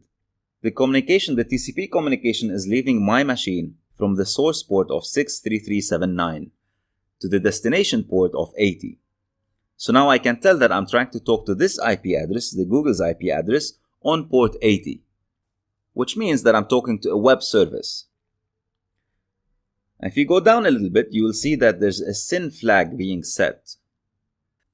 This is the first packet of the TCP three-way handshake. So here I'm initiating the conversation with the Google server. Let's have a look at the second packet. Now the source has changed. So now the communication source is Google's IP address, and I am the destination in this case. The packet I'm receiving is a TCP packet with the SYN ACK flag set on. Let's have a closer look. This is the IP information, the source and the destination, which we already know by now. And this is the TCP information. So now the source port is 80 and the destination port is 63379. The information between the first packet and the second packet has now been inverted. In the first packet, number 1, the source was me, the destination was Google. The source port was my source port, and the destination was also Google's at port 80. Because I was initiating the conversation, it was me who started the conversation. And then Google responded. So now the source is Google, and the destination is myself. And the response came from port 80, which I started communicating with, to the destination port on my machine. You can see now that in the second packet, the TCP flags SYN-ACK are set. So Google has acknowledged my SYN packet and is ready to start communication. The third packet I send is the last in the TCP handshake, which we expect to have the ACK flag on. So now again, I'm communicating with Google, sending a TCP packet to port 80 with the ACK flag being set as on. So now my TCP handshake is done and the conversation is ready to begin. I have my TCP stacked on top of IP. Now it's time to use the HTTP. The first thing I'm asking Google to do is give me an image, the Google logo. And I do this by using the HTTP protocol GET request. Remember what we talked about? In HTTP, we have GET requests that we can use to retrieve information from the web. And here what I'm asking for this logo, which lives on Google's server under the images directory, branding, and so on. So let's have a closer look. The first thing you'll notice here that there's another additional field. The previous packets, if we look back at it, had the IP and the TCP. Now we have the IP, on top of it TCP is stacked, and on top of it is the HTTP. Let's open this and have a closer look. This is the HTTP GET request. So the server will know that I'm asking for the following URL, images/branding/Google logo, and so on. I'm retrieving or I'm asking for this logo. So how would Google respond for my request? We see that in the next packet. Notice that there is no longer an HTTP field here. All what's happening is that Google now is responding with an ACK. It's saying, I acknowledge your request and I'm going to send you the logo. And then it follows it with an HTTP packet of its own. So now the HTTP communication has been initiated as well, and it's happening, to which my machine will respond with a TCP ACK packet. Let's summarize. I want to retrieve an image file, a logo file from google.com. The first thing I do is I initiate the conversation. I give Google's phone a call, and this happens through the TCP SYN packet. Google hears the phone ringing and acknowledges my call and responds by a SYN-ACK. Google picks up the phone and responds by saying hi. I respond by saying hello. So I acknowledge Google's acknowledgement, and in the third packet, I respond to Google's response. The first three packets are the TCP three-way handshake: SYN, SYN-ACK, ACK. After the initiation of the conversation, it's time for me now to ask for what I want, and I send the HTTP GET request using the Hypertext Transfer Protocol. Google acknowledges my request and continues talking HTTP to me. And then I acknowledge Google's HTTP communication. Here's your mission for this section. We saw the flags on the TCP three-way handshake, the SYN flag, SYN-ACK flag, and the ACK flag. Find out what other flags TCP uses and what are they used for. Then using Wireshark, capture traffic from hackersacademy.com. Try to identify the source and destination IP addresses. And try to identify the source and the destination port you're communicating from and to. In this section, we're going to set up a lab on our machine. This is a virtual environment lab, so you can install any operating system you want in the virtual machine. You can keep it for as long as you want, practice on it as long as you want, and do to it whatever you want. It's very easy to reset, and it's 100% legal. To do this, we're going to install a piece of software called VMware Player. Go to the VMware website, and under Products, find the Workstation Player.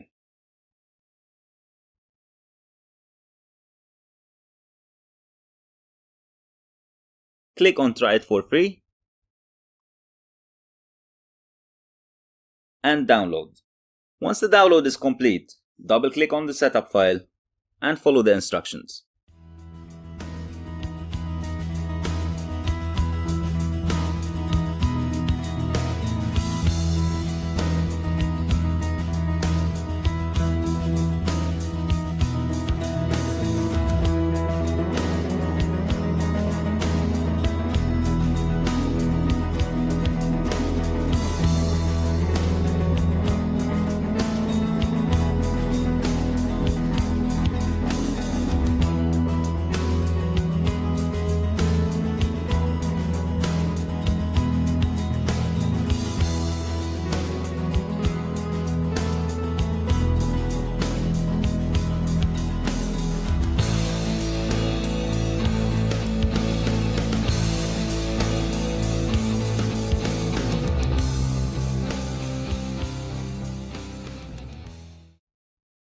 If you're prompted for a license key, just click on Use for Free, enter an email, any email, and click on Finish. And now the setup is ready. The second step in setting up our lab is installing the target environment. Go to the URL provided and download the Metasploitable operating system. This is a Linux operating system that has been set up and configured in such a way that it is vulnerable and exploitable.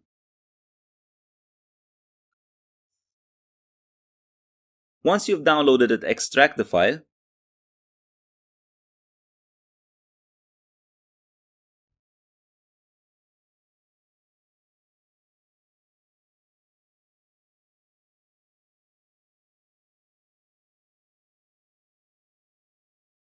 and then double-click on the VM file.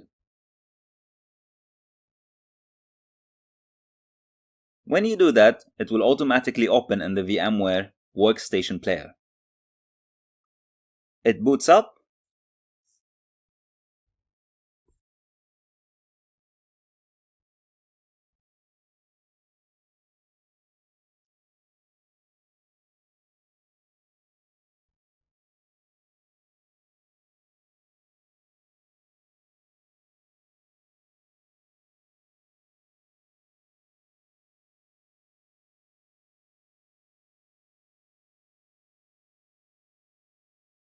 and now it's ready for you to log in.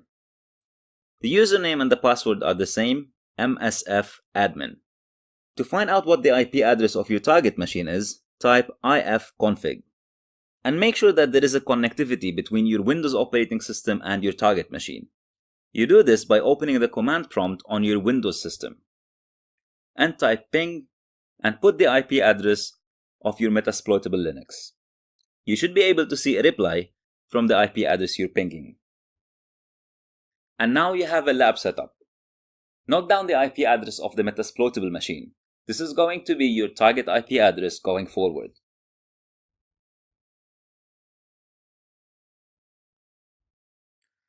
It's time to get our hands on some hacking tools. Before we begin though, our lawyers have advised that we share this disclaimer with you, so please take a moment and make sure that you read it.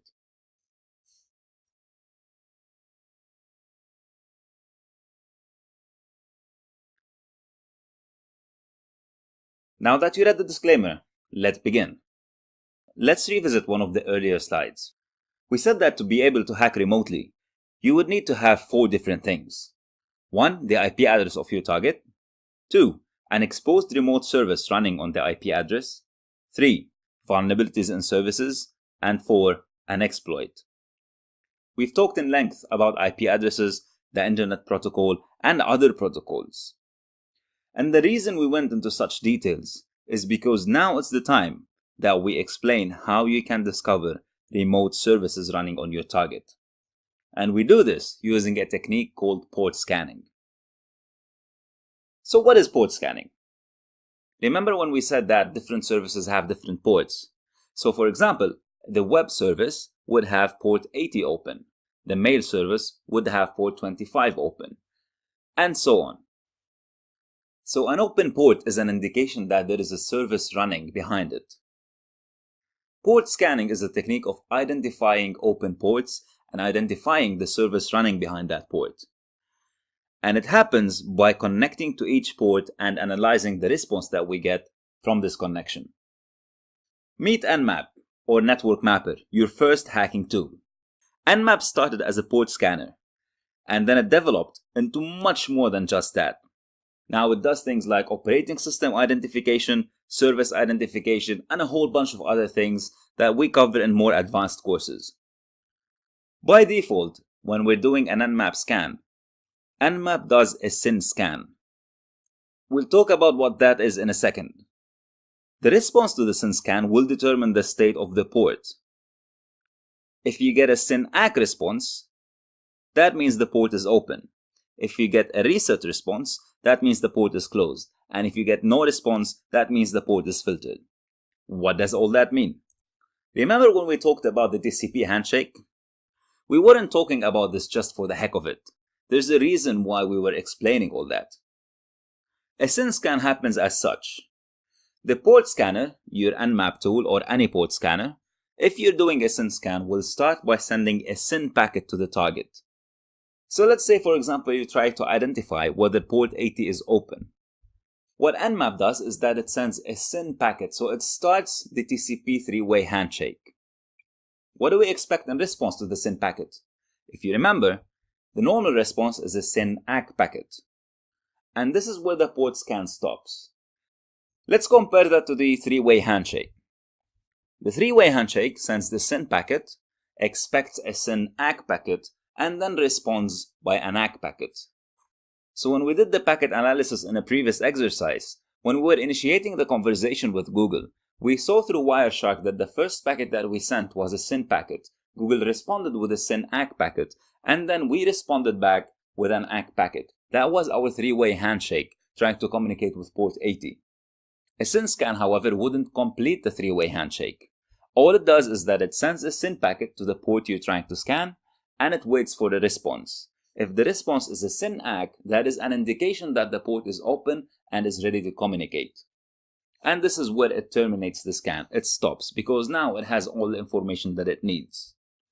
If the answer, on the other hand, is a reset packet, that means the port is closed, and we cannot communicate to the port. If we get no response, that means chances are that the port is filtered. What do we mean by filtered? That means there's some kind of a network security device, such as a firewall, for example, controlling access to this port. It might have detected that you're doing a port scan and it dropped your packet. It wouldn't allow you to communicate with this port. And as such, we assume that the port is filtered. Installing Nmap is pretty straightforward. You go to the Nmap download page, download the executable file, and just follow the instructions.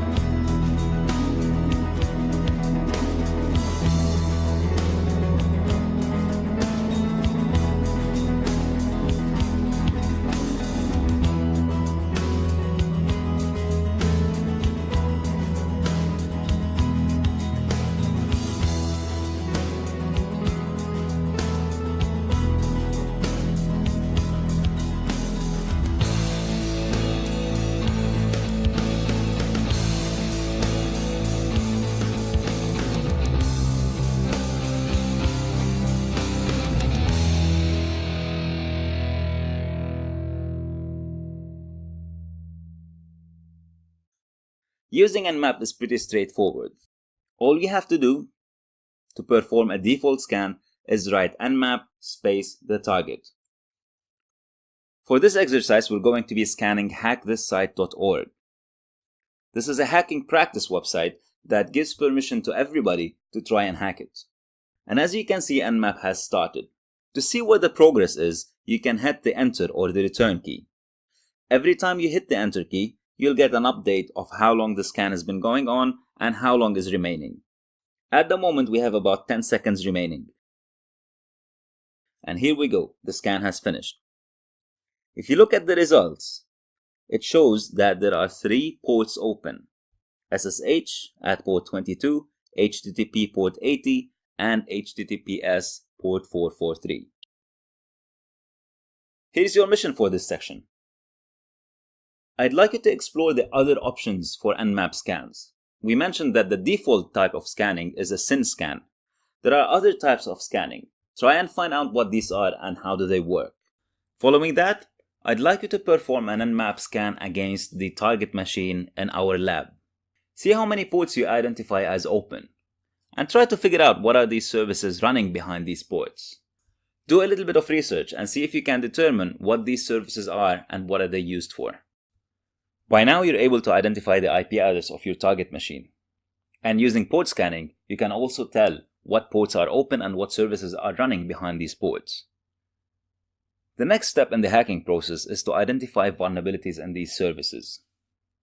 And we do this using a technique called vulnerability scanning.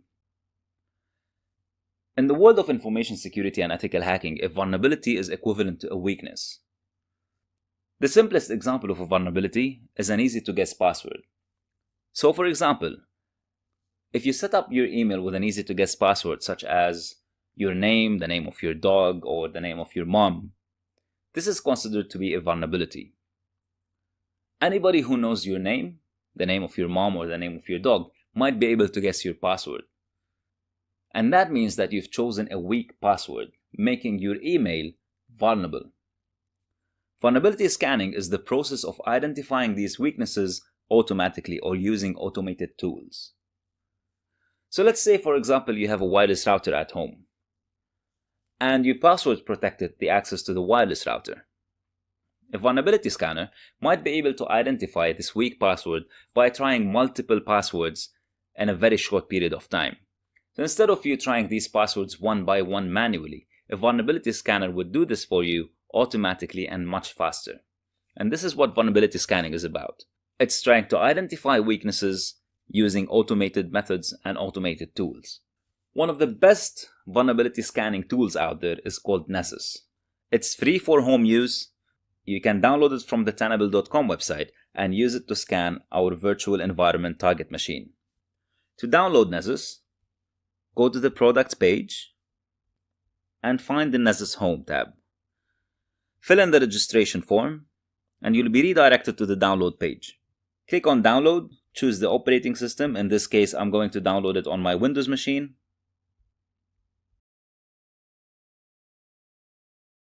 Click on agree. And when the download finishes, click on the setup file and follow the instructions.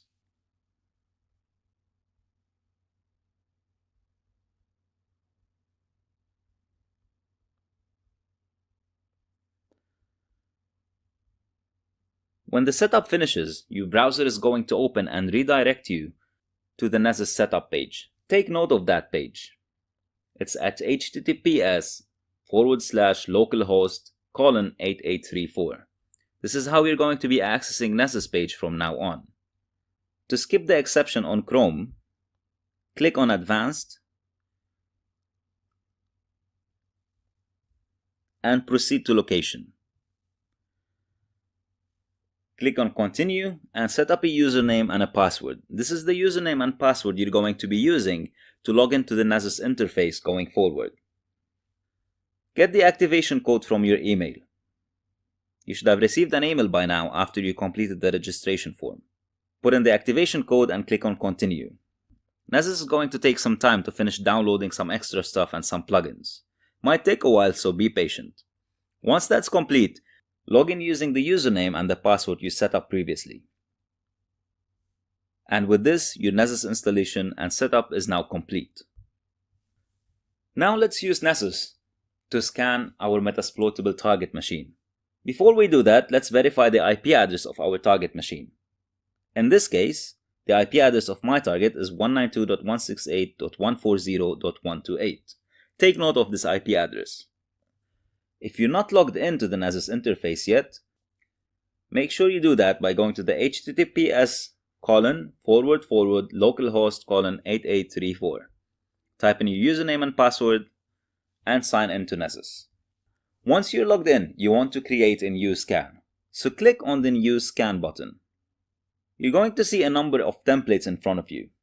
We're not going to be discussing all of that. We'll do this in more advanced courses. For now, we'll just stick to the basic network scanning option. So click on Basic Network Scan and give the scan a name that will make sense to you. Mine, I just call it my first scan. And in the description box, you can insert more details if you want. I just typed the IP address plus full port scan. I'm going to explain why in a second. In the target box, I'm going to fill in the IP address of my metasploitable machine.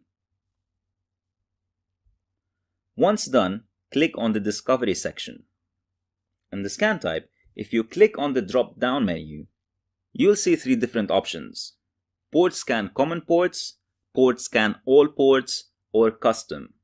Remember in the protocol section when we talked about the TCP, I asked you in your mission to find out how many TCP ports are out there. If you choose the Port Scan Common Ports option, your port scan is going to be limited to a number of common ports. However, if you choose the Port Scan All Ports, it will try and scan for every single TCP port, which is much more comprehensive. However, it takes a longer time. But because we're scanning only one target, we're going to be going with the more comprehensive option, and we're going to choose All Ports. And this changes the settings. It reflects in the settings below, telling us that now we're going to be scanning all ports from 1 to 65535. Now our scan is set up and complete. We click on the play button and the scan is running. At any point in time, you can click on the scan, see the progress, and check the results. The results will continue to populate as the scan runs. It's going to take a while, so we're going to leave it for now and come back later. You'll see that the number of vulnerabilities have jumped from 6 to 15. If we click on the vulnerabilities, we can go through them one by one. And now the number of vulnerabilities have increased even more. We can see there's a number of critical vulnerabilities, a number of high, and a number of medium vulnerabilities. As the scan goes, we can click on every one of these vulnerabilities and find out more information about it. So as you can see, Nessus have identified an excess of 100 vulnerabilities, 103 vulnerabilities to be exact. Each one of these is a potential weakness that we can exploit to gain access over our target machine. As an ethical hacker, your job is to go through this report and test for these vulnerabilities one by one. Just because a vulnerability is there in the report doesn't mean that we can exploit it. It could be a weakness, but that does not mean that we have the tools or the programs that allow us to take advantage of this weakness. So you can click on any vulnerability if you want to read the description and find out more information about it. How we take advantage of these vulnerabilities is what we're going to be learning in the next section. Your mission for this section is to replicate what I've done. Install and set up Nessus, log into it, and perform a scan against your metasploitable machine. And now we reach the most exciting bit of hacking. We've identified the IP address of our target machine. We identified what services are running on the machine, and we were able to see if there are any vulnerabilities affecting these services. The next and last step in this course is to take advantage of these weaknesses and exploit them in such a way that we can gain remote control over the target machine. And we do this using exploitation. So what is an exploit? An exploit is taking advantage of the weakness. We want to take advantage of the vulnerability that we identified. Just because we found out the vulnerability doesn't mean that we now have control over the system. If the vulnerability is there, but we cannot take advantage of it, it's of no use to us. So an exploit could be as simple as guessing the correct password, for example. If your target machine has a weak password and you're able to guess it and connect to it remotely, you have successfully exploited the machine. The vulnerability in that case was a weak password, you took advantage of it, you exploited it, and you got full control over the machine. This is what an exploit is in its simplest form. A more complex exploit could be writing a particular program specifically tailored to the target. and this comes at later, more advanced stages in your hacking career. Luckily for us, there's an amazing tool that packages thousands and thousands of exploits in one package. And the tool is named Metasploit. You can either download and install Metasploit from their website, or you can use it from one of the readily available Linux distributions that are specially configured for ethical hacking. I'm going to include a separate video on how to download and install one of the Linux distributions that come pre-packaged with Metasploit and Nmap and a whole bunch of other tools. It is a Linux operating system though, so if you're still not comfortable with Linux, you can download and install Metasploitable for your Windows operating system. To do this, go to the metasploit.com website and click on Free Metasploit Download. You're going to have to submit a request asking for a copy of Metasploit.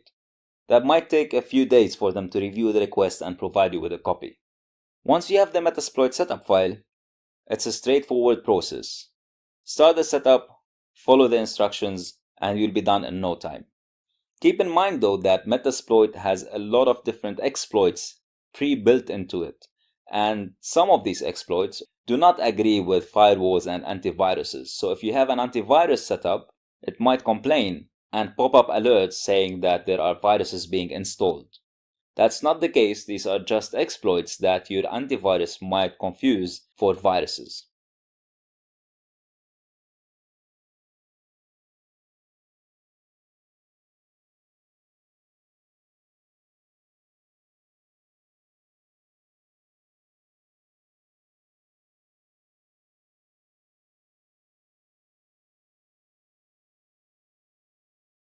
So now that you have Metasploit installed and you have all these exploits ready, let us explore how you can use this to take advantage of some of the vulnerabilities we identified in such a way that you can gain full control over the target operating system. Let's go back to our Nessus scan and open the report. In the report, you'll find a vulnerability titled VNC Server Password. What this basically says is that there's a service running on our target machine called VNC, and it has the weak password of password setup, which means that we would be able to connect to this remote server using the password. For you to be able to do that, find the Metasploit installation on your Windows machine, and under the Metasploit, you'll find a VNC viewer button. This is a VNC software that allows you to connect to a VNC server. If you're able to connect successfully to VNC server, you will have remote access to the target machine. For you to do that, fill in the IP address of the target machine, and the password we know by now that it is password. This is what Nessus was able to identify as a weakness. So we're just going to type password. And here we go. We now have graphical remote access to the Metasploitable machine. If you type who am I, this is a Linux command that returns the identity of the logged in user. You'll see that the output is root. On Linux, root is the equivalent of the super administrator on Windows. So now you have graphical access to the remote machine with full administrative control, just because one of the services on it has a weak password. Let us try a more complex exploit, something a little bit more fancy, something that looks a little bit more like hacker type stuff. Let's go back to our Nessus report and scroll down to the medium section vulnerabilities and find a vulnerability that starts with Samba 3.0.0. If we read the description of the vulnerability, it tells us that we can, using that vulnerability, exploit remote code on the machine, which means that we might be able to exploit the machine remotely. To read more about it, we can also see a link provided by Nessus. The link has a CVE number, which is a number unique to each vulnerability identified. Remember, just because there is a vulnerability, that does not mean that there is an exploit to this vulnerability. So there is a weakness, we know this for now. But can we take advantage of this weakness? Is there a way we can exploit it to our advantage so that we can take full control over the remote machine? Let's find out. There's a website dedicated to recording every single vulnerability out there. And you can find this website at exploit-db.com. Let's see if there's an exploit to the vulnerability. Click on search.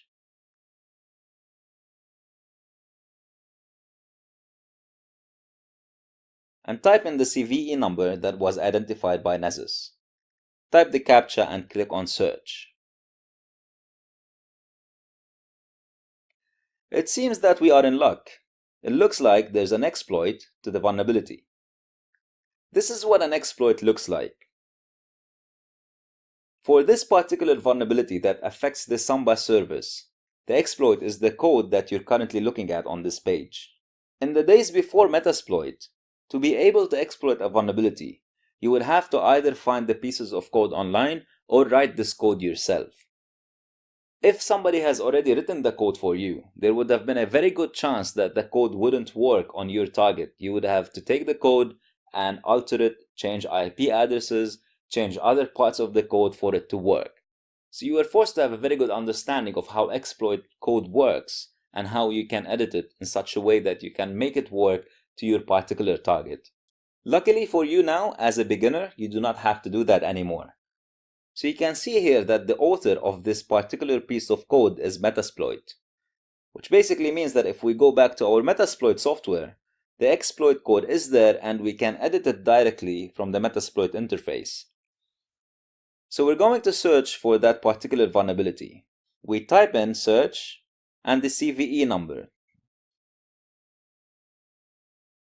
So here we go, we found the exploit. To tell Metasploit that I want to use this exploit, we type in use and the path to the exploit. An easy way to do this is if you type the first few letters and hit the tab key, and Metasploit will complete the string for you.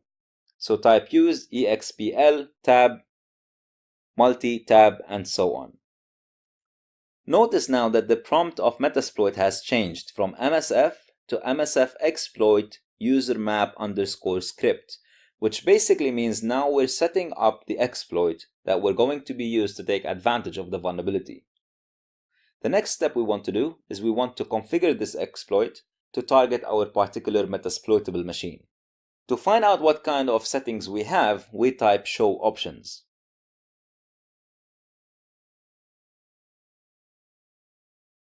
And we can see that we have two options we can change. The R host, which is the remote host, and the R port, which is the remote port. Obviously, I want to set the R host to match the IP address of my target machine. The way I do this on Metasploit is I type set space R host and the IP address of the target.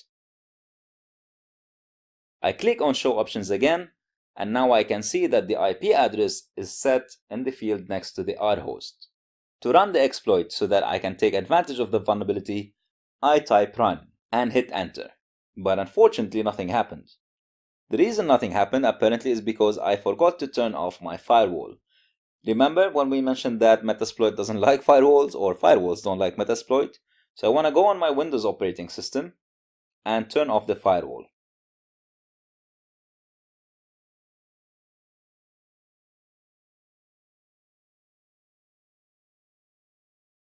Once that's done, I'm gonna try and run the exploit again. And now it looks like it's working. The exploit has finished running, and it looks like I have some kind of command prompt which I can use to type commands directly onto the target machine. So the first thing I want to do is find out what kind of access do I have on my target machine. I type who am I, and the response is root. So now I know that I have root or super admin access to the target machine. I type ifconfig to see the IP address and just verify that I am actually on the target. The IP address I can see is 192.168.140.128. Let's switch back to the VMware and see if it's the same IP address. There you go, 192.168.140.128. Let's do a little bit more of verification. I'm going to create a text file on the target machine using my Metasploit console. The command on Linux to create a file is touch and file name. So I'm just going to create a text file titled hacked. I type touch hacked.txt. Let me verify this. I'm going to do this just for the fun of it using VNC.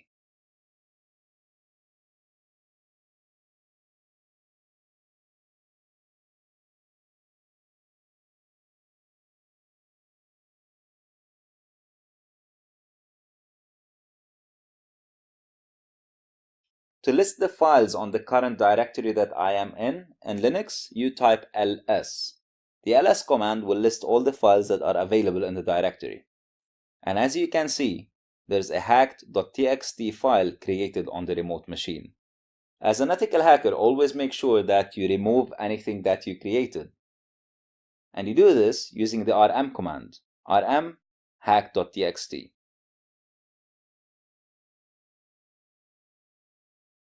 Let me double check that it's removed. I type ls again, and the file is not there. So I verified that I have full control over the machine. As root access, I can create files, I can remove files, and so on. To terminate the session and exit the exploit, I click Ctrl+C. So there you go. You have successfully exploited a remote machine using Metasploit. You have gained full control over it with root level access. You were able to create files, delete files on it, and you could have done whatever you wanted to that machine. There's a reason why I particularly chose this vulnerability that I chose. If you've noticed, it was within the medium category. It wasn't a critical vulnerability, it wasn't a high vulnerability, it was a medium. And by doing this, I wanted to convey a certain message. That you as an ethical hacker should never ignore any vulnerability you find in the vulnerability report. You should make an extra effort to verify each and every single one of these vulnerabilities, even the medium and low ones. A medium vulnerability in this case provided us with full root access over the target machine. So had we ignored it just because it was a medium vulnerability, we would have made a critical mistake.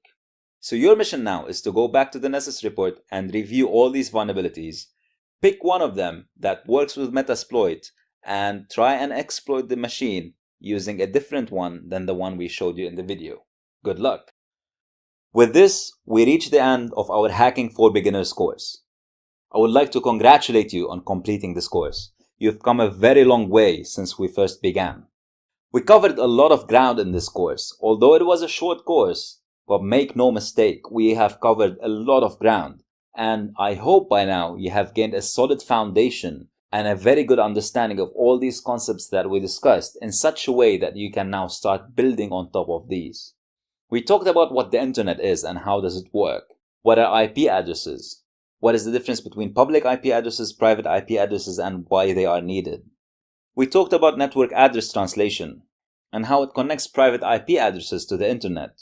We also explained what DNS is and how it's an integral part of the internet. We talked about what servers are, what services are that run on these servers, and how all this comes together to create the internet that we know of. And we said that for you to be able to hack remotely, you need 4 different components: the IP address, an exposed remote service running on the IP address, a vulnerability in the service, and an exploit. Then we proceeded to explain what services and ports are, and how each service would have a different port number. For example, mail would have port 25, and web would have port 80. But that's not just it. We said that the web does not have a port number only assigned to it. It also has a protocol assigned to the port number. So for example, web would be running on port 80 on TCP, the Transmission Control Protocol.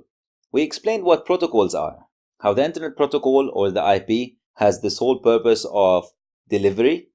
It cares about the source and the destination only. How the TCP, which works on top of IP, takes care of the correctness of the order of packets, the errors in the packets, and the lost packets. And we explained what the TCP three-way handshake is. We also talked about HTTP, the basis of data communication on the World Wide Web, and how HTTP works in conjunction with TCP and IP.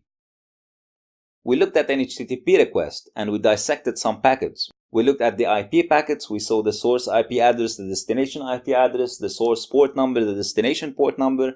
We looked at the TCP packets and we saw how the flags are set, the SYN flag, the SYN ACK flag, and the ACK flag. And we saw how the HTTP GET request works. Then we moved on to talk about how you can identify open ports and running services on machines, and how you can do that using port scanning. And then you got introduced to your first hacking tool, Nmap. You learned what a SYN scan is and how does it work, and you did a port scan against hackthisite.org and against the Metasploitable machine on your virtual machine environment. And then we talked about vulnerability scanning, the third step in our hacking methodology. So first we identified the IP address, second we identified the open ports and running services, And then third, we identified the vulnerabilities on these services using the Nessus vulnerability scanning tool. We picked two vulnerabilities from the Nessus scanning tool, one vulnerability with a weak password and another one with the remote code execution vulnerability. The first one was super easy to exploit. All we needed was a piece of software that helps us connect to the service, and using the password, we were able to log in remotely to the target machine. The second one was a little bit more complicated and a little bit more fancy. And for that, we used the Metasploit framework, which has thousands of exploits readily available in it. We picked the exploit that worked for us and we use it to gain remote access over the target machine. So with that, we covered the 4 stages of hacking. We identified the IP address, we identified the exposed running services, we identified the vulnerabilities on these services, and last but definitely not least, we exploited these vulnerabilities to take remote control over our target machine. So there's a lot of ground that you covered, so many different concepts that you learned, and for hanging in there, I would like to say congratulations. Now you might be wondering what's next for me. And to answer this question, I want to take you back to one of the very first slides, the Hackers Academy way of learning. First, you learn and master the foundations. Second, you practice, practice, practice. Third, you share knowledge. And 4, you learn some more. Now that you've learned the foundations, it's time for you to practice a little bit more. Go and redo these exercises. Make sure that you understand each and every single one of your missions, that you've completed your missions. And remember to record your success, because once you submit the report, once you submit all the screenshots and the outputs from your missions, there's a very valuable prize waiting for you.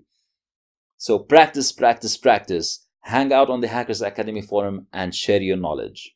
Answer questions that your fellow students have. Share some of the discoveries you made. Maybe you learned a new technique. Maybe you found a new tool. Make sure you share this with your fellow students. And then, once you're very comfortable with all that, it's time for you to learn some more. Go to the Hackers Academy training page. Find out what other courses might interest you.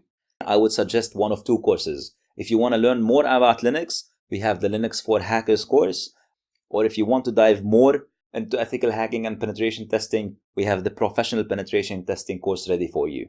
But do note though that the Professional Penetration Testing course is a very challenging course. It's not an easy course. It's 4 or 5 days of continuous hands-on practical learning that teaches you how to become a professional ethical hacker. So pick one of the courses that you find yourself interested in. Get in touch with us, ask us about these courses and how you can enroll in them, and get on your way onto becoming a professional expert ethical hacker. I look forward to hearing soon from you, and until then, happy hacking.